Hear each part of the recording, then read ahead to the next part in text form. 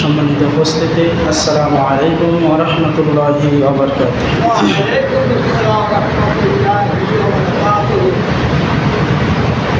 ইন্নাল হামদালিল্লাহি নাহমাদুহু ওয়া নাস্তাঈনুহু ওয়া নাস্তাগফিরুহু ওয়া নু'মিনু বিহি ওয়া নাতাওয়াক্কালু আলাইহি ونعوذ بالله من شرور أنفسنا ومن سيئات أعمالنا من يهده الله فلا مضل له ومن يضلل فلا هادي له نشهد أن لا إله إلا الله وحده لا شريك له ونشهد أن سيدنا ونبينا ومولانا محمدا عبده ورسوله الذي أرسله بالحق بشيرا ونذيرا وداعيا إلى الله بإذنه وسراجا وقمرا منيرا فقد قال الله تعالى في كلامه المجيد وفي فرقانه الحميد সকলে জবান ছেড়ে পড়ি আউযু বিল্লাহি মিনাশ শাইতানির রাজীম বিসমিল্লাহির রহমানির রহিম ইন্নামা ইয়া'মুরু মাসাজিদাল্লাহি মান আমানা বিল্লাহ من آمن بالله واليوم الآخر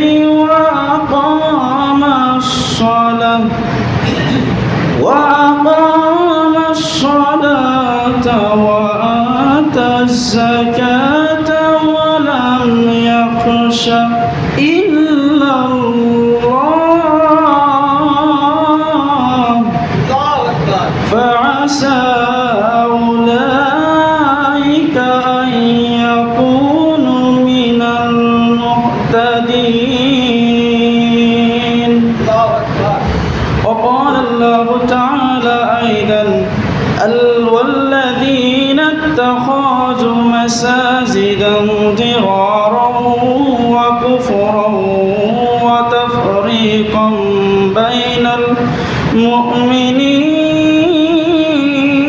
المؤمنين وإرصادا لمن حرم الله وإرصادا لمن حرم الله ورسوله من قبل ولا يحلفن إن أردنا إلا الحسنى صدق الله الآية قال النبي صلى الله عليه وسلم من بنى لله مسجدا بنى الله له بيتا في الجنة رواه البخاري إن الله وملائكته يصلون على النبي يا أيها الذين آمنوا صلوا عليه وسلموا تسليما اللهم صل على محمد وعلى آل محمد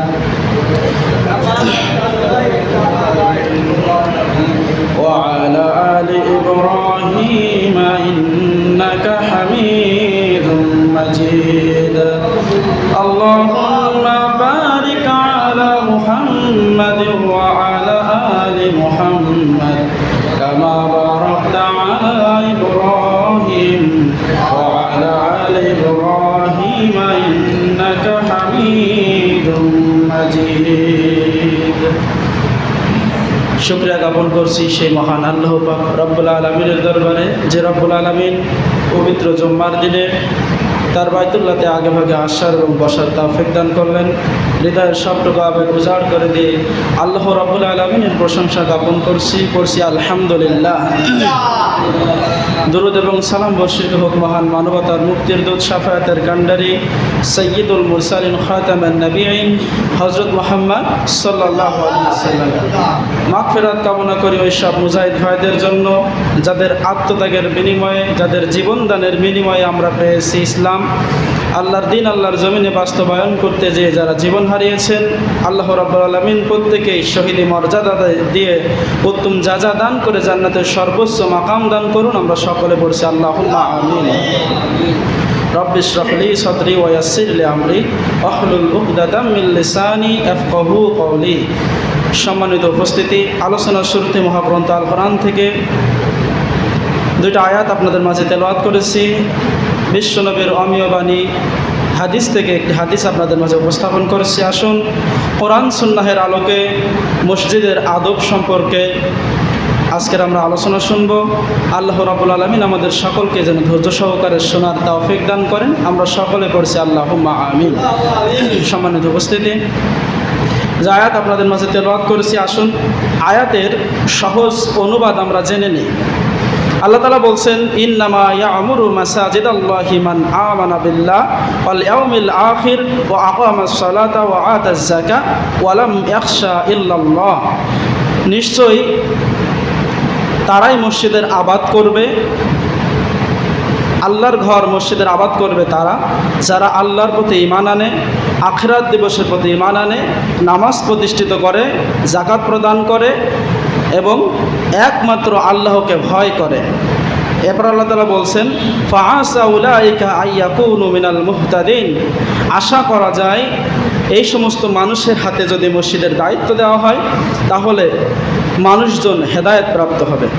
এর পরবর্তী আয়াত যেটা আপনাদের মাঝে তেলাওয়াত করেছি, একই সূরার 107 নম্বর আয়াত। এটা আল্লাহ তাআলা বলছেন, যারা হিংসার বশে, জিদের বশে মানুষকে ক্ষতি করার উদ্দেশ্যে, কুফরের উদ্দেশ্যে এবং মুসলমানদের মাঝে, মুমিনদের মাঝে বিভক্তি সৃষ্টি করার উদ্দেশ্যে মসজিদ নির্মাণ করে, আল্লাহ তাআলা এদের সম্পর্কে বলছেন, নবী আপনি সে সমস্ত মসজিদে নামাজ আদায় করবেন না।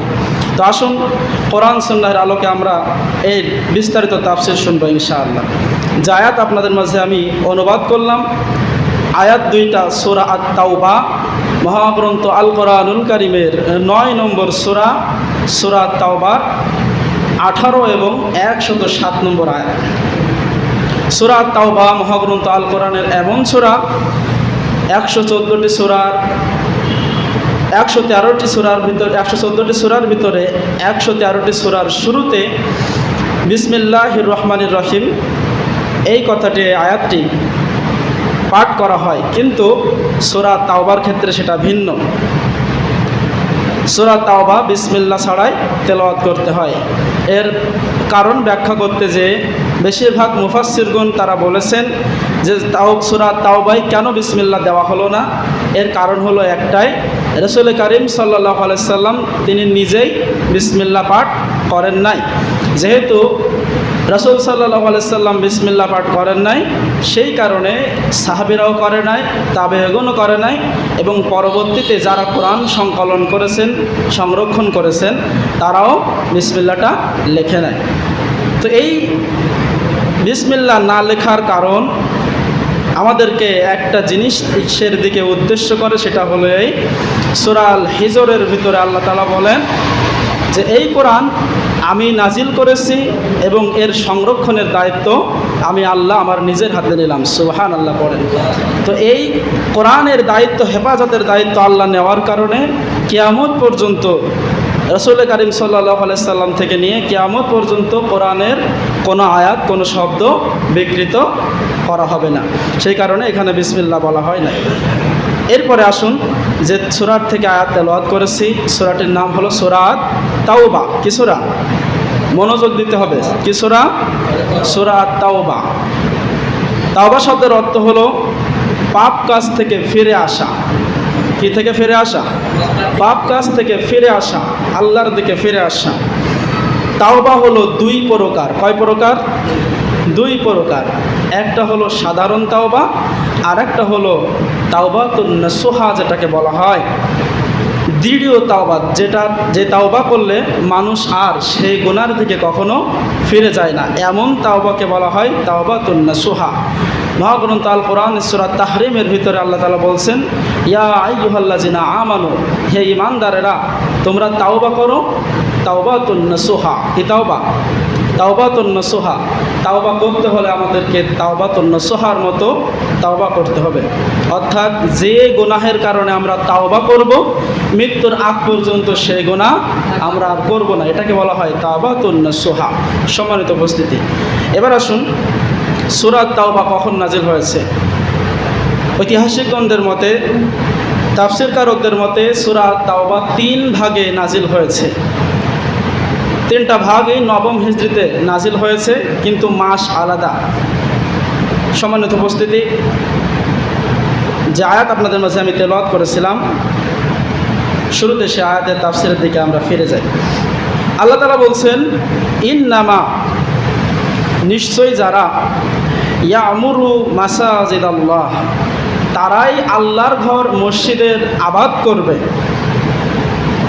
মহাগ্রন্থ আল কোরআনুল কারীমের 114টি সূরা, 6636টি আয়াত, মতান্তরে 6666টি আয়াত, অর্থাৎ পুরো কোরআন শরীফ খুঁজে আমি মসজিদ শব্দটি 22 জায়গায় পেয়েছি। কয় জায়গায়?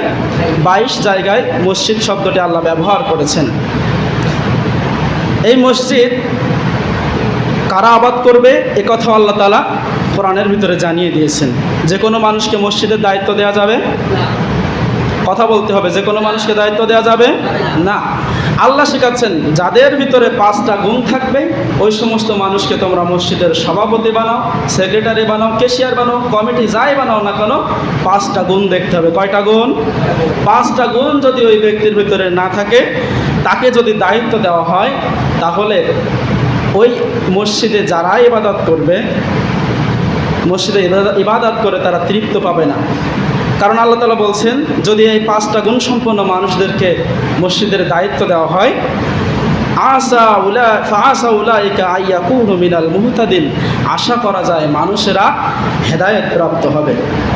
সম্মানিত উপস্থিতি, মসজিদ শব্দের আভিধানিক অর্থ হলো সেজদা দেওয়ার স্থান, যেখানে সেজদা দেওয়া হয়। প্রত্যেক নবীকে আল্লাহ তাআলা স্পেশাল কোনো কিছু দান করেছিলেন।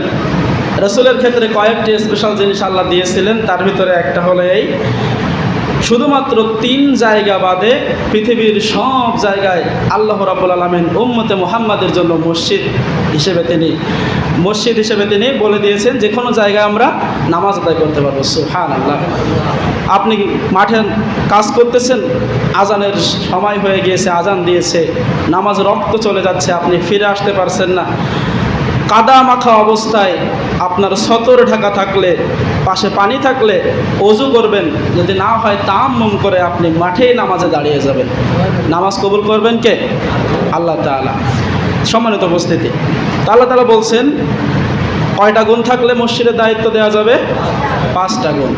1 নম্বর গুণ আল্লাহ তাআলা জানিয়ে দিচ্ছেন, মান আমানা বিল্লাহ, আল্লাহর প্রতি ঈমান আনা লাগবে। কোনো হিন্দুকে মসজিদের দায়িত্ব দেওয়া যাবে না, কোনো খ্রিস্টানকে, কোনো মুশরিককে দেওয়া যাবে না। তাহলে মসজিদের দায়িত্ব প্রাপ্ত হবে কারা? মান আমানা বিল্লাহ। 1 নম্বর গুণ থাকবে, তারা আল্লাহর প্রতি ঈমান আনবে। কার প্রতি ঈমান আনবে? আল্লাহর প্রতি ঈমান আনবে। এখন ঈমানের মৌলিক শাখা রয়েছে 7টি। তো আমরা সকলেই জানি সেই শাখাগুলো, আমি বিস্তারিত দিকে যাচ্ছি না, যেহেতু সময় সংক্ষেপে আমি শেষ করবো ইনশাআল্লাহ। এরপর আল্লাহ তাআলা বলছেন ওয়াল ইয়াউমিল আখির, আখিরাত দিবসের প্রতি তার ঈমান আনা লাগবে। কোন দিবসের প্রতি? আখিরাত দিবসের প্রতি ঈমান আনতে হবে। যদি কোনো ব্যক্তি আখিরাতের প্রতি বিশ্বাস না রাখে তাহলে তাকে এই দায়িত্ব দেওয়া যাবে না। এবার আসুন, আপনি কিভাবে বুঝবেন যে সে আখিরাতকে বিশ্বাস করে কি করে না? এটা বোঝার জন্য উপায় রয়েছে এটাই যে দেখতে হবে সে ব্যক্তিটা 5 ওয়াক্ত সালাত আদায় করে কিনা, দেখতে হবে সে ব্যক্তিটা ইসলাম মেনে চলে কিনা, আল্লাহকে ভয় করে কিনা। আল্লাহকে ভয় করা মানে আখিরাতকে ভয় করা। সম্মানিত উপস্থিতি, আমি বিস্তারিত আলোচনায় যাব না, সংক্ষেপে পয়েন্টগুলোর আমি আপনাদের মাঝে উপস্থাপন করবো ইনশাআল্লাহ।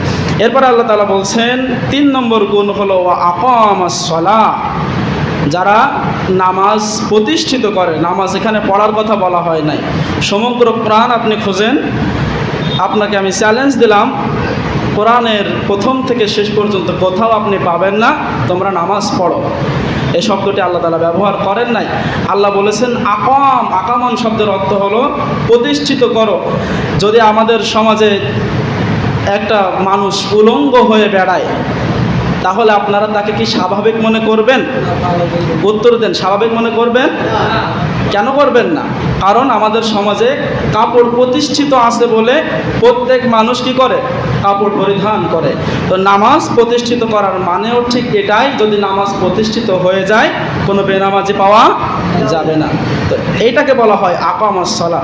কাপড় যেমন প্রতিষ্ঠিত বলে প্রত্যেক মানুষ কাপড় পরিধান করে, নামাজ প্রতিষ্ঠিত হয়ে গেলে প্রত্যেক মুসলমান যে ইমানের দাবি রাখে, যে বলে আমি মুসলমান, সে তাকে 5 ওয়াক্ত নামাজ পড়তে হবে। এটা হলো নামাজ প্রতিষ্ঠিত হওয়া। তা আল্লাহ বলছেন ওই সমস্ত লোককে মসজিদ আবাদের দায়িত্ব দেওয়া যায় যারা 1 নম্বরে কি বলেছিলাম? আল্লাহকে ভয় করে। কাকে ভয় করে? আল্লাহর প্রতি ঈমান আনে, আল্লাহর প্রতি বিশ্বাস স্থাপন করে। 2 নম্বরে আখিরাতের প্রতি ঈমান আনে। আর 3 নম্বরে তারা নিজেরাও নামাজ আদায় করে এবং মানুষদেরকে নামাজের জন্য দাওয়াত দেয়, তার পরিবারও নামাজ আদায় করে। এভাবে তারা সে নামাজ প্রতিষ্ঠিত করতে চেষ্টা করে। এরপর আল্লাহ তাআলা বলছেন ওয়া আতাজ যাকাত, যাকাত প্রদান করে। এখানে যাকাতের বহুল অর্থ ব্যবহৃত হয়েছে। এখন প্রশ্ন আসতে পারে, যেহেতু আল্লাহ তাআলা যাকাতের কথা বলেছেন, যাকাত কি গরিব মানুষে দেয় নাকি ধনী মানুষে দেয় বলেন তো? তাহলে তো এবার স্বাভাবিক প্রশ্ন আসতে পারে, তাহলে কি যতগুলো মসজিদ আছে পৃথিবীতে সব মসজিদে কি ধনী ব্যক্তিরাই দায়িত্ব পাবে? গরিবরা কি বঞ্চিত হবে? কেন? এখানে তো আল্লাহ বলছেন যে তারা যাকাত দিতে হবে, গরিব মানুষ তো যাকাত দিতে পারবে না। তো এইখানে আমাদের বুঝতে হবে, বিস্তারিত ব্যাখ্যা আমি যাব না, সংক্ষেপে বোঝাই আপনাদের। যাকাত 2 প্রকার। কয় প্রকার? 2 প্রকার। একটা হলো অর্থের যাকাত, সম্পদের যাকাত। যে ব্যক্তির যাকাত দেওয়ার সামর্থ্য হলো সে ব্যক্তিকে যাকাত দিতে হবে, এটা হলো তার অর্থের যাকাত, নেশাব যার পূর্ণ হবে। আরেকটি যাকাতের অর্থ হলো আত্মশুদ্ধি করা, নিজেকে পরিশুদ্ধ করা। মিথ্যা বলা যাবে না, মানুষের আইল ঢালা যাবে না, কারো নামে গীবত করা যাবে না, অহংকার করা যাবে না। এই সমস্ত ছোট বড় সমস্ত পাপ কাজ থেকে যে ব্যক্তি ফিরে নিজেকে শুদ্ধ করলো, সে তার আত্মার যাকাত দিল। কিসের যাকাত? আত্মার যাকাত দিল, তার আত্মাকে শুদ্ধ করলো। এটা হলো যাকাতের দ্বিতীয় অর্থ। প্রথম যে অর্থটি আমি বলেছিলাম এটা আবার 2 প্রকার। অর্থের যাকাত কয় প্রকার? 2 প্রকার। যেটা হলো নেশাব পূর্ণ হলে দিতে হয়, এটাকে বলা হয় ফরজ যাকাত। কি যাকাত? ফরজ যাকাত। নামাজ যেমন ফরজ, রমজানের রোজা যেমন ফরজ, যাকাতের নেশাব যার পূর্ণ হবে তাকে ওই যাকাত দেওয়াটাও তেমনই ফরজ। এটা হলো 1 নম্বর। দ্বিতীয় নম্বর যাকাতের অর্থ হলো এই যে আল্লাহ তাআলা আপনাকে আমাকে যে সম্পদ দিয়েছেন, যতটুকু দিয়েছেন, ওই সম্পদ থেকে সেই পরিমাণে ব্যয় করতে হবে। যাকাত শব্দের আরেক অর্থ হলো বিলিয়ে দেওয়া, দান করে দেওয়া। সূরা বাকারার প্রথম দিকে আল্লাহ তাআলা বলছেন যারা হেদায়েত প্রাপ্ত হবে এদের আবার কয়েকটি গুণ রয়েছে। আল্লাযীনা ইউকিমুনাস সালাতা ওয়া ইউতুনাজ যাকাতা। আল্লাহ তাআলা অন্য আয়াতে বলছেন যে তারা নামাজ প্রতিষ্ঠিত করে এবং যাকাত প্রদান করে। আমি যে রিজিক তাদের দিয়েছি সেই রিজিক থেকে তারা মানুষকে দান করে। মহাগ্রন্থ আল কোরআনুল কারীমে আল্লাহ তাআলা আয়াতের ভিতরে তিনি নাজিল করেছেন যে লা ইউকাল্লিফুল্লাহ নাফসান ইল্লা উসআহা, আল্লাহ রাব্বুল আলামিন কোনো মানুষের, সে হিন্দু হোক, খ্রিস্টান হোক, বৌদ্ধ হোক, আস্তিক হোক, নাস্তিক হোক, মুশরিক হোক, কোনো মানুষের উপরে তার সাধ্যের বাইরে কিছু চাপিয়ে দেয় না। সুবহানাল্লাহ বললেন না? কোনো কিছু তার সাধ্যের বাইরে আল্লাহ তাআলা চাপিয়ে দেয় না। আপনার টাকা রয়েছে 1000, আপনাকে আল্লাহ তাআলা কি বাধ্য করেছে 2000 টাকা দান করতে? না। আপনার আমার যতটুকু সামর্থ্য আপনি আমি ততটুকুই দান করব। এটা হলো আমাদের জাকাতের আর একটা অর্থ। সম্মানিত উপস্থিতি, এরপরে আসুন ৫ম নম্বর যে গুণ থাকলে মসজিদের দায়িত্বপ্রাপ্ত হওয়া যাবে সেটা হলো ওয়ালাম ইয়াখশা ইল্লাল্লাহ, একমাত্র কেবলমাত্র, ইল্লা শব্দের অর্থ কি? একমাত্র কেবলমাত্র শুধুমাত্র আল্লাহকে ছাড়া আর কারো ভয় করা যাবে না। কোনো রাজনৈতিক নেতার ভয় করা যাবে না, পুলিশের ভয় করা যাবে না, হামলা মামলা ফাঁসি কোনো কিছুরই ভয় করা যাবে না। ভয় করতে হবে কাকে? আল্লাহকে ভয় করতে হবে। এই রকম ভয় যার অন্তরে রয়েছে ওই সমস্ত মানুষই হতে পারে মসজিদের দায়িত্বপ্রাপ্ত মানুষ। সম্মানিত উপস্থিতি, অতি সংক্ষেপে আমি মসজিদে যারা দায়িত্বপ্রাপ্ত হবেন তাদের 5টা গুণ আল্লাহ তাআলা বর্ণনা করেছেন, সেটা আপনাদের মাঝে আমি পেশ করলাম। এবার আসুন মসজিদের যে আসলেন আপনারা, অনেক মানুষ শুধুমাত্র জুম্মার দিনে আসে, আমি তাদেরকে হেউ বা অপমান করার জন্য বলছি না। মসজিদের যে ফজিলত এটা বর্ণনা করতে যে এটা চলে আসে, যারা শুধুমাত্র জুম্মার দিনে আসে অথবা 2 ঈদের নামাজ আদায় করে আর মসজিদে তারা আসে না, এই সমস্ত মানুষ সম্পর্কে হাদিসের ভিতরে অসংখ্য হাদিস আল্লাহ রসুল সাল্লাল্লাহু আলাইহি সাল্লাম তিনি আমাদের জন্য রেখে গিয়েছেন। আনাস রাদিয়াল্লাহু তাআলা থেকে একটি হাদিস বর্ণিত হয়েছে, আল্লাহ রাব্বুল আলামিন যখন কোনো কওম, কোনো জাতি অতিরিক্ত পাপাচার করে ফেলে, গুনাহের কাজ করে ফেলে, আল্লাহ তখন ওই কওমকে শাস্তি দেওয়ার জন্য তৈরি হয়ে যায়। কি দেওয়ার জন্য? শাস্তি দেওয়ার জন্য তৈরি হয়ে যায়। ভালো করে শুনবেন হাদিসটা।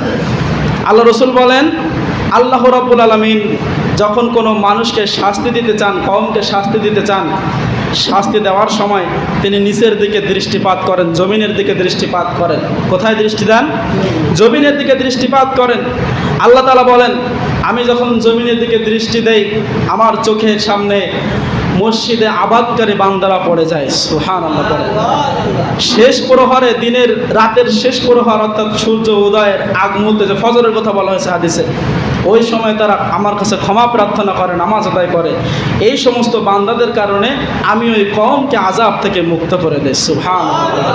যদি কোনো এলাকায় কোনো জাতির মানুষেরা মসজিদ আবাদ করা বাদ দিয়ে দেয়, মসজিদে সালাত বাদ দিয়ে দেয়, আল্লাহর দিন থেকে সরে যায়, তাহলে ওই এলাকায় আল্লাহ তাআলা অবশ্যই গজব নাজিল করবেন।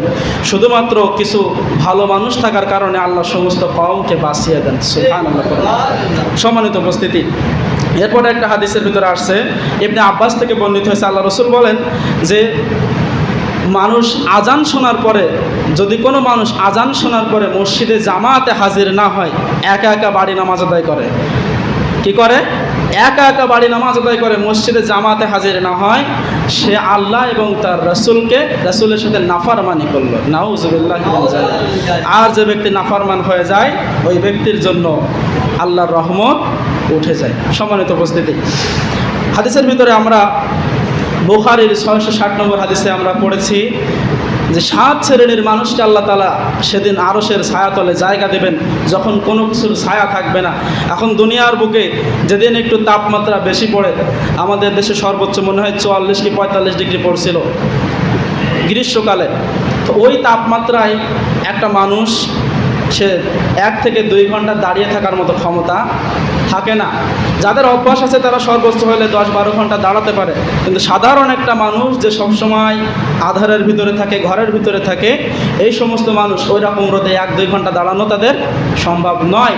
তো এই সূর্যটা আমাদের থেকে অনেক দূরে, লক্ষ লক্ষ মাইল দূরে থাকার কারণেও যে রোদ, যে তাপ আমরা সহ্য করতে পারি না। হাসরের ময়দানে বলা হয়েছে সূর্যটা 1 কিলোমিটার অথবা তার চেয়েও কম নিকটবর্তী নিয়ে আসা হবে, ফলে মানুষের মাথার ঘিলুগুলো টকবক করে ফুটতে থাকবে। নাউযুবিল্লাহি মিন যালিক। আল্লাহ আমাদের রক্ষা করুন। এমনকি মানুষের ঘাম তার পাপ অনুযায়ী সে তার ঘামের ভিতরে হাবুডুবু খেতে থাকবে। সম্মানিত উপস্থিতি, ওই সময় আল্লাহ তাআলা 7 শ্রেণীর মানুষকে ওই আযাব থেকে বাঁচিয়ে আল্লাহর আরশের ছায়াতলে জায়গা করে দেবেন। সুবহানাল্লাহ। তার ভিতরে এক শ্রেণীর মানুষ হলো ওয়ারাজুলুন কলবুহু মুআল্লাকুন ফিল মাসাজিদ, ওই সমস্ত লোক যাদের কলব, যাদের অন্তর মসজিদের সাথে লাগানো থাকে। সুবহানাল্লাহ। অর্থাৎ মসজিদ থেকে এক ওয়াক্ত সালাত আদায় করে বের হয়ে যায়, আর এক ওয়াক্ত নামাজ আজান কখন হবে এইটার প্রতি সবসময় সে তৈরি হয়ে থাকে, রেডি হয়ে থাকে। এই সমস্ত মানুষদের আল্লাহ তাআলা আরশের ছায়াতলে সেদিন জায়গা করে দেবেন। সম্মানিত উপস্থিতি, এরপরে হাদিসের ভিতরে আল্লাহ রসুল বলেন, আবু দাউদ আপনার এটা হচ্ছে আবু দাউদ শরীফের হাদিস, রাসূল কারীম সাল্লাল্লাহু আলাইহি সাল্লাম ইরশাদ করেন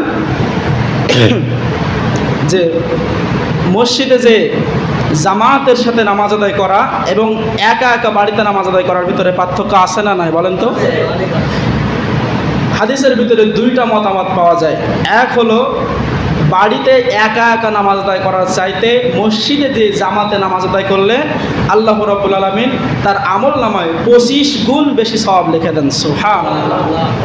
অন্য হাদিসে আসছে, আবু দাউদ শরীফের হাদিস এটা, আল্লাহ রসুল বলেন যদি কোনো ব্যক্তি বাড়িতে নামাজ আদায় করলো তার যে সওয়াব হয় মসজিদে যে জামাতের সাথে নামাজ আদায় করলে তার আমল নামায় আল্লাহ তাআলা 27 গুণ নেকি লিখে দেন। সুবহানাল্লাহ। এরপরে বুখারীর 450 নম্বর হাদিসে মসজিদে আসার ফজিলত বর্ণনা করছি। মসজিদে যদি আপনারা আসেন তাহলে ক্ষতি আছে না লাভ আছে বলেন তো? তাহলে কেন আমি মসজিদে আসতে চাই না, আল্লাহর ঘরে কেন আমরা আসতে চাই না? আল্লাহ রসুল বলেন দুনিয়ার বুকে সবচাইতে নিকৃষ্ট ঘৃণিত জায়গা হলো বাজার। কোথায়? বাজার। ওই বাজারে দেখবেন মানুষ বেশি থাকে। আর সবচাইতে উৎকৃষ্ট, উত্তম, সর্বোত্তম জায়গা হলো আল্লাহর ঘর, মসজিদ। সুবহানাল্লাহ। সম্মানিত উপস্থিতি, মসজিদের এই ফজিলত বর্ণনা করতে গেলে দীর্ঘ সময়ের প্রয়োজন। অতি সংক্ষেপে আমরা যতটুকু বুঝলাম যে মসজিদে আসলে আমাদের ক্ষতি নাই, বরং আমাদের লাভ রয়েছে। তো আমরা বেশি বেশি করে মসজিদে আসার চেষ্টা করব। আজানের সাথে সাথে আমরা মসজিদে চলে আসব। যদি আমাদের কাজ না থাকে আজান হওয়ার আগে আমরা মসজিদে আসবো, পারবো তো ইনশাআল্লাহ? আল্লাহ রাব্বুল আলামিন আমাদের সকলকে সেই তৌফিক দান করুন, পড়ুন আল্লাহুম্মা আমিন। এরপরে আসুন মসজিদ সম্পর্কে আজকের আমাদের আলোচনা। অনেক মানুষ রয়েছে যে মসজিদ নিয়ে হিংসা, অহংকার, দম্ভ করে। এদের সম্পর্কে আল্লাহ রসুল সাল্লাল্লাহু আলাইহি সাল্লাম ছোট্ট হাদিসের ভিতরে, আবু দাউদ শরীফ 449 নম্বর হাদিস, হাদিসের ভিতরে তিনি বলেন কিয়ামতের অন্যতম একটা আলামত, বড় আলামত না কিন্তু ছোট আলামতের অন্যতম আলামত হলো মানুষ শেষ জামানায় মসজিদ, তাদের নিজেদের মসজিদ নিয়ে গর্ব করবে, অহংকার করবে। এখন মানুষ মসজিদ নিয়ে গর্ব অহংকার করে কিনা বলেন তো? অমুক ব্যক্তির নামে মসজিদের নামকরণ করে, এটা একটা গর্ব, এটা অহংকার। এরপরে আরও আমরা দেখেছি যে বিভিন্ন মাযহাব ভিত্তিক যে অমুক হানাফি জামে মসজিদ, অমুক আহলে হাদিস জামে মসজিদ, এই যে নামকরণ করা এটাও অহংকারের পর্যায়ে পড়ে। এজন্য আমরা মসজিদের নামগুলো যখন নামকরণ করব, কে হানাফি, কি আহলে হাদিস, কি শাফি, কি মাযহাবি, এইভাবে আমরা নাম না রেখে, আমরা যেমন আমাদের পাশে মসজিদ তৈরি হয়েছে আহলে হাদিস মসজিদ, তারা নাম দিয়েছে কি তাকওয়া জামে মসজিদ। আহলে হাদিস কিন্তু তারা খাটায় নাই। আমাদের মসজিদের কথা আমরা বলি পাথরঘাটা বায়তুল মামুর জামে মসজিদ, আমরা কি হানাফি খাটিয়েছি? না। এই ধরনের কাজ থেকে আমাদেরকে বিরত থাকতে হবে, এটা অহংকারের পর্যায়ে পড়ে যায়। সম্মানিত উপস্থিতি, তো মসজিদ নিয়ে আমাদেরকে অহংকার করা যাবে না। মসজিদ এটা আল্লাহর ঘর, এটা আল্লাহ রাব্বুল আলামিন অহংকার করতে পারেন। অহংকার শুধুমাত্র আল্লাহর ক্ষেত্রে খাটে, বান্দার ক্ষেত্রে অহংকার খাটে না। এরপরে আমরা অনেক সময় খেয়াল করি এবং অনেকে প্রশ্ন করেন এটা, যে আমাদের আশপাশের মসজিদ ছেড়ে আমরা দূরের মসজিদে কেন নামাজ পড়তে যাব? অনেক মানুষ নামাজে যায়, এদের সম্পর্কে হাদিসে কি কোনো হাদিস নাই? রাসূল কারীম সাল্লাল্লাহু আলাইহি সাল্লামের কাছে এক সাহাবী এসে বলল, ইয়া রাসূলুল্লাহ, আমার বাড়ি তো আপনার মসজিদ থেকে অনেক দূরে, তো আপনার তেলাওয়াত শুনতে বা আপনার খুতবা শুনতে খুবই ভালো লাগে। তা আমি কি আমার বাড়ির পাশের জুম্মা মসজিদ ছেড়ে আপনার মসজিদে আসতে পারি? আল্লাহ রসুল কি বললেন? আল্লাহ রসুল বললেন, খবরদার আলা, খবরদার, তোমার নিজের মসজিদ রেখে তুমি যতই আমি নবী হই না কেন আমার মসজিদে, তোমার বাড়ির মসজিদ রেখে আসা যাবে না। তবে হ্যাঁ, যদি আপনি উদ্দেশ্যপ্রবণ হয়ে যে আজকের গুরুত্বপূর্ণ কথা আমি রসুলের কাছ থেকে শুনবো, এরকম উদ্দেশ্যে যদি আসে, হারাবাল্লাহু ওয়া রাসূলুহু মিন ক্বাবলু, যারা মানুষকে ক্ষতির উদ্দেশ্যে জিদ করে, হিংসা করে মসজিদ নির্মাণ করে, এদের সম্পর্কে আল্লাহ তাআলা কি বলছেন? এই যে আয়াতটি আমি তেলাওয়াত করলাম, এই আয়াতের শানে নজুলটা একটু আমরা জেনে আসি। রাসূল করিম সাল্লাল্লাহু আলাইহি সাল্লাম যখন মদিনায় হিজরত করলেন, ওই সময় মদিনায় এক লোক ছিল, নাম ছিল তার আবু আমের। কি নাম ছিল? আপনাদের তো মনোযোগ নেই, উত্তর দিলে আমি বুঝতে পারবো যে আপনারা মনোযোগ দিয়ে শুনছেন। আল্লাহ রসুল যখন মদিনায় হিজরত করলেন, ওই সময় এক লোক ছিল, তিনি ছিলেন নাসারা, খ্রিস্টান। এই লোকটার নাম ছিল আবু আমের। কি নাম ছিল? আবু আমের। এনার একজন ছেলে ছিল, যে ছেলে ইসলাম ধর্ম গ্রহণ করেছিল, এমনকি আল্লাহর পথে শহীদ হয়েছিল। এমনকি দুনিয়ার মানুষ নয়, আসমান থেকে ফেরেশতারা এসে তাকে জানাজা গোসল দিয়েছিল। সুবহানাল্লাহ। নাম হলো তার হানজালা রাদিয়াল্লাহু তাআলা আনহু। আবু আমেরের ছেলে। তো এই আবু আমের যখন আল্লাহ রসুল হিজরত করে মদিনায় আসলেন, আল্লাহ রসুলের কাছে এসে বিভিন্ন রকম ইসলাম সম্পর্কে উস্কানিমূলক কথা বলতে লাগলো, বিভিন্ন প্রশ্ন করতে লাগলো। আল্লাহ রসুল সাল্লাল্লাহু আলাইহি সাল্লাম ছিলেন সবচেয়ে বড় তাফসীরকারক, সবচেয়ে বড় মুফাসসির ছিলেন কে? মুহাম্মদুর রাসূলুল্লাহ সাল্লাল্লাহু আলাইহি সাল্লাম। আল্লাহ রসুল তার প্রত্যেকটা কথার জবাব সুন্দরভাবে, যথাযথভাবে তিনি দিয়েছিলেন। সুবহানাল্লাহ। এরপরেও ওই লোকটা ইসলামের দিকে ফিরে আসে নাই, বরং আল্লাহ রসুলকে হুমকি দিয়ে বলেছিল, হে মুহাম্মদ সাল্লাল্লাহু আলাইহি সাল্লাম, শুনে রাখো, তোমার আর আমার ভিতরে যার ধর্ম সঠিক, যে ব্যক্তি মিথ্যা ধর্মে রয়েছে, আল্লাহ যেন, আমি অভিশাপ দিচ্ছি, আল্লাহ যেন তাকে দুনিয়া থেকে অভিশপ্ত করে স্বজনদের মাঝ থেকে দূরে নিয়ে তাকে মৃত্যু দেয়। এবং সাথে সাথে আল্লাহ রসুলকে হুমকি দিয়ে বলল, হে মুহাম্মদ সাল্লাল্লাহু আলাইহি সাল্লাম, তুমি শুনে রাখো, তোমার ক্ষতি করার জন্য তোমার বিরুদ্ধে যে ব্যক্তি লড়াই করবে, আমি সেই ব্যক্তিকে সাহায্য করব। নাউযুবিল্লাহি মিন যালিক। একটু মনোযোগ দিয়ে শোনেন, ঘটনাটি খুব সুন্দর ঘটনা এবং শিক্ষণীয়। ওই ব্যক্তি আল্লাহ রসুলকে কি বলে গেল? যে আপনার বিরুদ্ধে যে ব্যক্তি লড়াই করবে, সংগ্রাম করবে, আমি তাকে সাহায্য করব। নাউযুবিল্লাহি মিন যালিক। এই ব্যক্তি তাই করেছিল। হুনাইনের যুদ্ধের আগ পর্যন্ত তিনি কাফেরদের সাহায্য করেছিল এবং রাসূলের বিরুদ্ধে লড়াই করেছিল। এক পর্যায়ে যখন দেখল যে মুসলমানদের পরপর বিজয় হয়ে চলেছে এবং কাফেররা শোচনীয়ভাবে পরাজিত হচ্ছে, এই দেখে তিনি মদিনা ছেড়ে পালিয়ে গিয়েছিলেন এবং যে সিরিয়ায় আশ্রয় নিয়েছিলেন। সিরিয়ায় যাওয়ার পরে তিনি মুনাফিকদের উদ্দেশ্যে একটা চিঠি লিখলেন। চিঠিতে লিখলেন যে আমি মদিনা ধ্বংস করার জন্য, মদিনা অ্যাটাক করার জন্য বাহিনী নিয়ে আসতেছি, রোম সম্রাটকে নিয়ে আসতেছি। তবে মদিনায় ধ্বংস করতে হলে সেখানে আমাদের ঘাঁটি করতে হবে। যদি কোনো এলাকা ধ্বংস করতে হয়, সে এলাকা আগে কী করতে হয়? ঘাঁটি করতে হয়। তো ঘাঁটি করার জন্য তোমাদেরকে আমি পরামর্শ দেই যে তোমরা একটা মসজিদ তৈরি করো। যেহেতু রসুলের মসজিদ আছে, তোমরা রসুলের মসজিদ থেকে কিছুটা দূরে একটা মসজিদ তৈরি করো। কে যুক্তি দিচ্ছেন? আবু আমের। তিনি রসুলকে হুমকি দিয়ে গিয়েছিলেন। যুক্তি দিয়ে তিনি বলছেন, তোমরা একটা মসজিদ তৈরি করো এবং মসজিদ তৈরি করার পরে আল্লাহ রসুলের কাছে চলে যাও, যে বলো যে আপনার মসজিদ তো আমাদের এলাকা থেকে অনেক দূরে, অনেক বয়স্ক এবং অসুস্থ মানুষ, তারা আসতে পারে না, তো আমরা একটা মসজিদ নির্মাণ করেছি এবং আপনার এখানে মানুষের জায়গা ধরে না, সেই কারণে আমরা একটা মসজিদ নির্মাণ করেছি। তাদের উদ্দেশ্য ছিল মুসলমানদের ভিতরে ফাটল ধরানো এবং তাদের মূল উদ্দেশ্য ছিল কি? মুসলমানদেরকে ধ্বংস করে ফেলা। তো আল্লাহ রসুল সাল্লাল্লাহু আলাইহি সাল্লামকে যখন বোঝানো হলো, আল্লাহ রসুল বললেন, ঠিক আছে, আমি তো তাবুক যুদ্ধে যাচ্ছি, যুদ্ধ থেকে ফেরার পথে আমি তোমাদের মসজিদ উদ্বোধন করব। এরা চিন্তা করলো, যদি আল্লাহ রসুল এক ওয়াক্ত সালাত আমাদের মসজিদে পড়ে, তাহলে মুসলমানেরা বিশ্বাস করবে যে এটাও একটা মসজিদ। আসলে তারা মসজিদ তৈরি করে নাই। আল্লাহ রসুল সাল্লাল্লাহু আলাইহি সাল্লাম তাবুকের যুদ্ধ থেকে ফেরার পথে মদিনার উপকণ্ঠে তিনি বিশ্রাম নিচ্ছিলেন। এমন সময় আল্লাহ রাব্বুল আলামিন জিবরাইলের মাধ্যমে আয়াত নাযিল করে দিলেন, ওয়াল্লাযীনা তাখাযু মাসজিদান দিরারাও ওয়া কুফরাও ওয়া তাফরিকাম বাইনাল মুমিনিন। নবী হে, যারা মানুষকে ক্ষতি করার জন্য হিংসার বশে জেদ করে যারা মসজিদ তৈরি করলো এবং যারা কুফরের জন্য মসজিদ তৈরি করলো, মুসলমানদের মাঝে মুমিনদের মাঝে বিভেদ তৈরি করার জন্য মসজিদ তৈরি করলো, ও নবী আপনি সেই মসজিদে কেমন করে আপনি নামাজ আদায় করবেন? আয়াত যখন নাজিল হয়ে গেল, আল্লাহ রসুল বুঝতে পারলেন এটা হলো মুনাফিকদের একটা ষড়যন্ত্র। আল্লাহ রসুল হুকুম দিলেন সাথে সাথে সাহাবীদের যে আমরা মদিনা থেকে বাড়ি যাব না, বাড়ি যাওয়ার আগে তোমরা ওই মসজিদটা ধ্বংস করে ভেঙে চুরমার করে আগুন লাগিয়ে দাও। কে বললেন? মুহাম্মদুর রাসূলুল্লাহ সাল্লাল্লাহু আলাইহি ওয়াসাল্লাম। তো সম্মানিত উপস্থিতি, আয়েশা রাদিয়াল্লাহু তাআলা থেকে একটি হাদিস বর্ণিত হয়েছে, আল্লাহ রাসূল বলেন, তোমরা পাড়ায় পাড়ায় মসজিদ তৈরি করো এবং সেগুলো তোমরা সংরক্ষণ করো, সেগুলো তোমরা পরিষ্কার রাখো। এক হাদিসে আমরা দেখলাম আল্লাহ রসুল মসজিদ তৈরি করার তাগিদ দিচ্ছেন। আবার আয়াতের উদ্দেশ্য, আমরা যদি আয়াতের ব্যাখ্যা পড়লাম যে মসজিদ ধ্বংস করার কথা বলা হচ্ছে, তাহলে দুইটা সাংঘর্ষিক কিনা? সাংঘর্ষিক কিনা বলেন তো? অবশ্যই সাংঘর্ষিক। তো এর ব্যাখ্যা আমি এটা বলতে পারি, তাফসীরকারগণ বলছেন, যদি কোনো মসজিদ মানুষ হিংসা করে তৈরি করে, কি করে?